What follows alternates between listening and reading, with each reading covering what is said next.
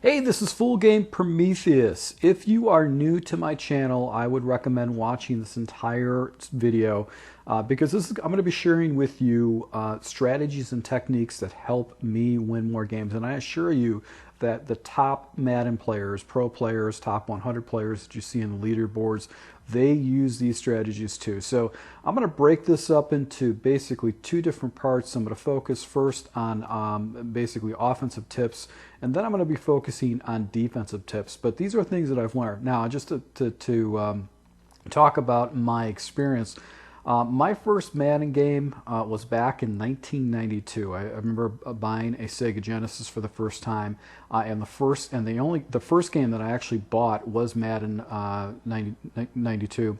Was the first game that I bought, and that was one of the things that even back in 1992. The strategies that I'm going to share with you could have been used back in 1992, and they could be basically used in any Madden version. So whether you're playing Madden 2000, you're playing Madden 2010, Madden 2021, what I'm going to talk about today in this video is going to be universal. So if you implement this mentality when you're playing offense, in the second video on defense, you're going to win more games because it's universal. So that's why I'd recommend that if you find yourself in a slump in a particular game, you probably want to come back to this video. I can assure you too, if I find myself in a slump, it's because I didn't heed the advice that I'm giving out to my subscribers and to the general YouTube community. So let's go and jump into the first aspect of this. One of the first most important tips that we need to do, you have to do when you want to win more games on offense. You must have a three-headed rushing attack.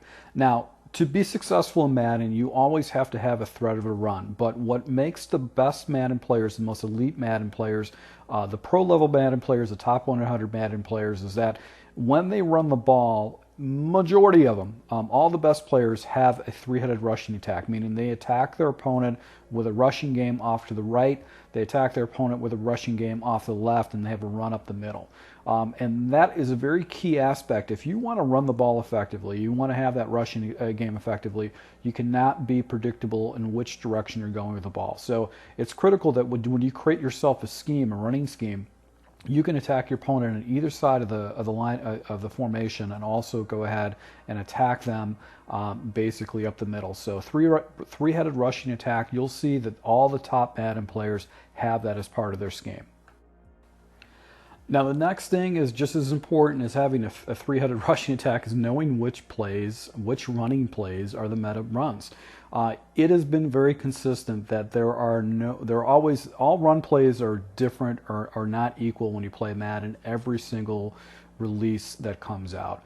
Some runs are more OP than others, some runs are more effective, some runs just are completely broken. And that's one of the things that you need to understand, is that as quickly as you find out from the Madden community which runs are more OP, which runs are more effective, you need to immediately put them into your scheme, because if you don't, you're not going to have an effective running game. I've constantly tested different running plays that worked in previous Madden passes. So for instance, the Power O was very effective a couple years ago. The 0-1 trap was a very effective running play. The inside zone, a very effective running play, or the pitch plays.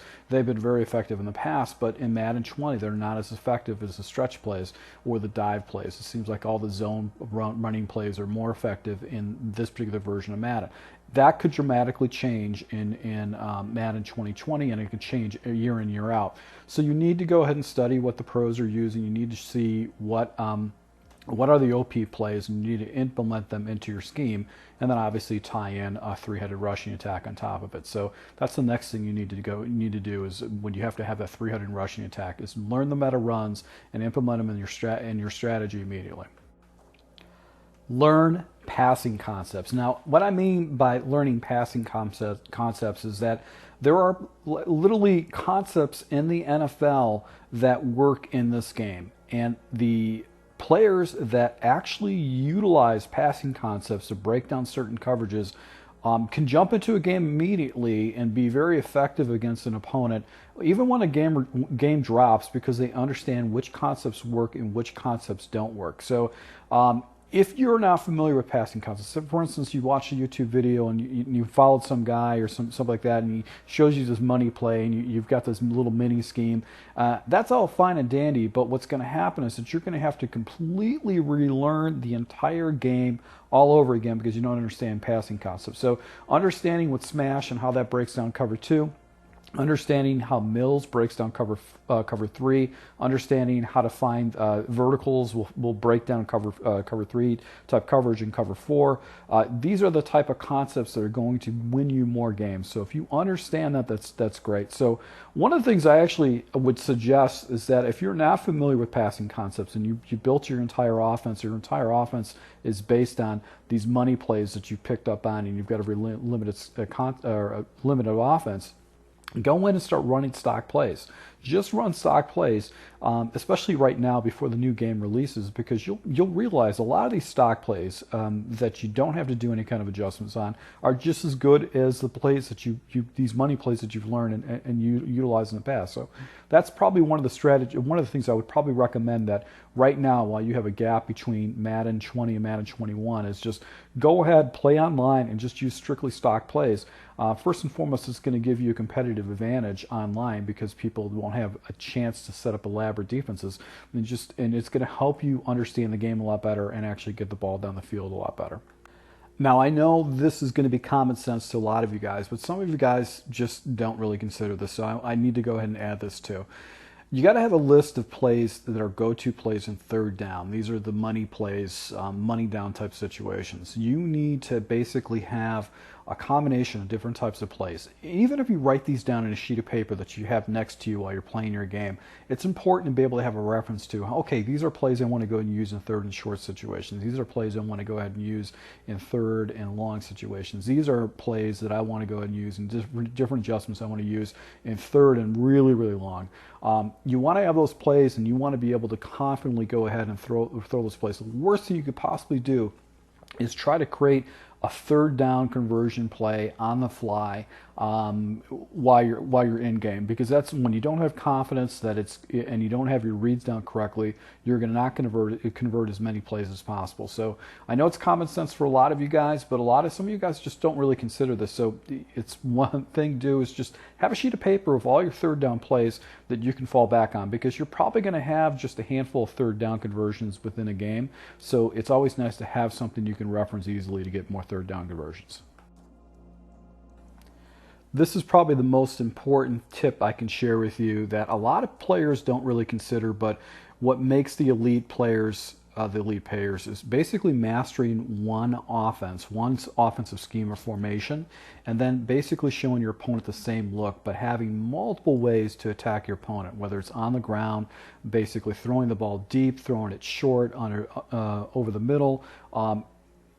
One of the hardest things to do is stop someone that doesn't give you any kind of tells on where they're going to go with the ball, whether they're going to run the ball, where the ball is going to go. So that's one of the things I really try to emphasize on my channel when I'm trying to provide tips, is trying to provide schemes to my opponents, especially my patrons, where I'll basically break down maybe about 3 or 4 different plays, 4 different plays within a scheme, and really make it difficult for my opponent to stop it, because I'm going to try to attack all different areas of the field and make it very hard for them to stop. So all I really can do is I can say that probably by far the most important thing is basically showing your opponent the same type of look, because then they can't pick up on your tendencies and you're going to basically dominate them on offense. Red zone. My Lord.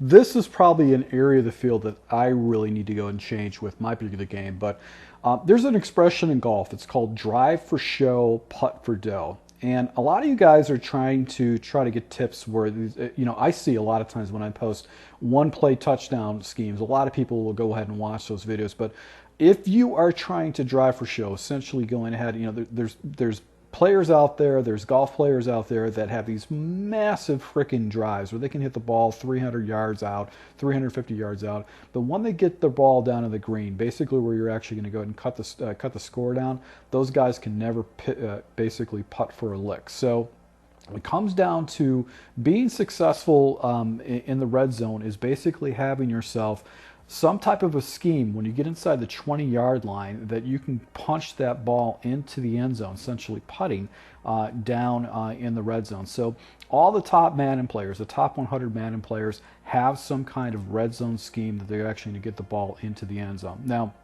you never want to settle for field goals. You want to get touchdowns, because if you're settling for field goals, you're not going to win a lot of games.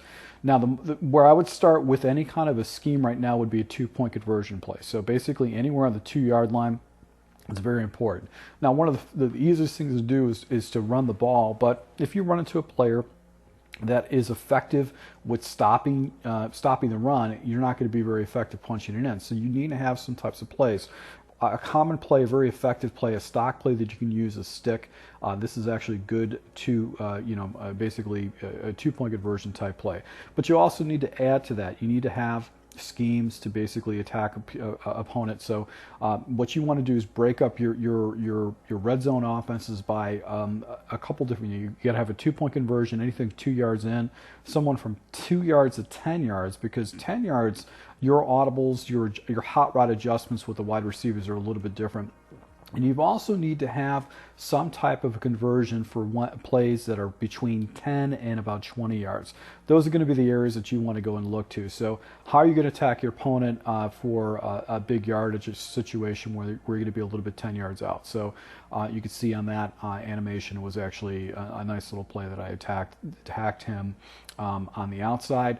Have some kind of a back opposite area that you can attack. So it's important to have a red zone scheme. I can share with you that if you don't have a red zone scheme, that's probably more important to work on that than working on one play money plays, or doing any kind of other type of thing, or some kind of a meta, like a swerve catch thing. It's better. I would spend more time with a red zone offense and developing a red zone offense and understand what plays manipulate defenses is much more valuable to your game than it is to learn some kind of a meta run animation or some kind of a swerve catch or something like that. And the final thing would be game management or clock management, really understanding how the game works. I think the most important thing that you really need to look at is possessions. If you watch a lot of top Madden players, when they talk about it, say, I'm going to go up by this person by possession. Possession leads are just as important than scoring a touchdown. So in this video you see right here, it's a 3rd and 1 type of situation, down to the 6. Up by a touchdown by 7 points. But in this type of situation, I don't make my reads correctly. And what happens is that he gets a block shed and actually tackles me.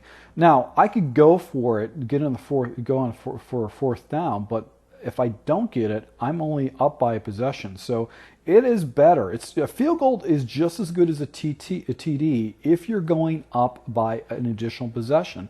That's the most important thing. So say, for instance, on your first drive, you get the ball all the way down into down to the red zone on your first drive, and he actually stops you and gets you in a 4th down situation. It makes more sense to go ahead and essentially kick a field goal and go up on a possession and see what his offense is before you actually go ahead and keep it as a tie game. So that's probably the most important thing that I can share with you. Conversely, don't give your opponent free points.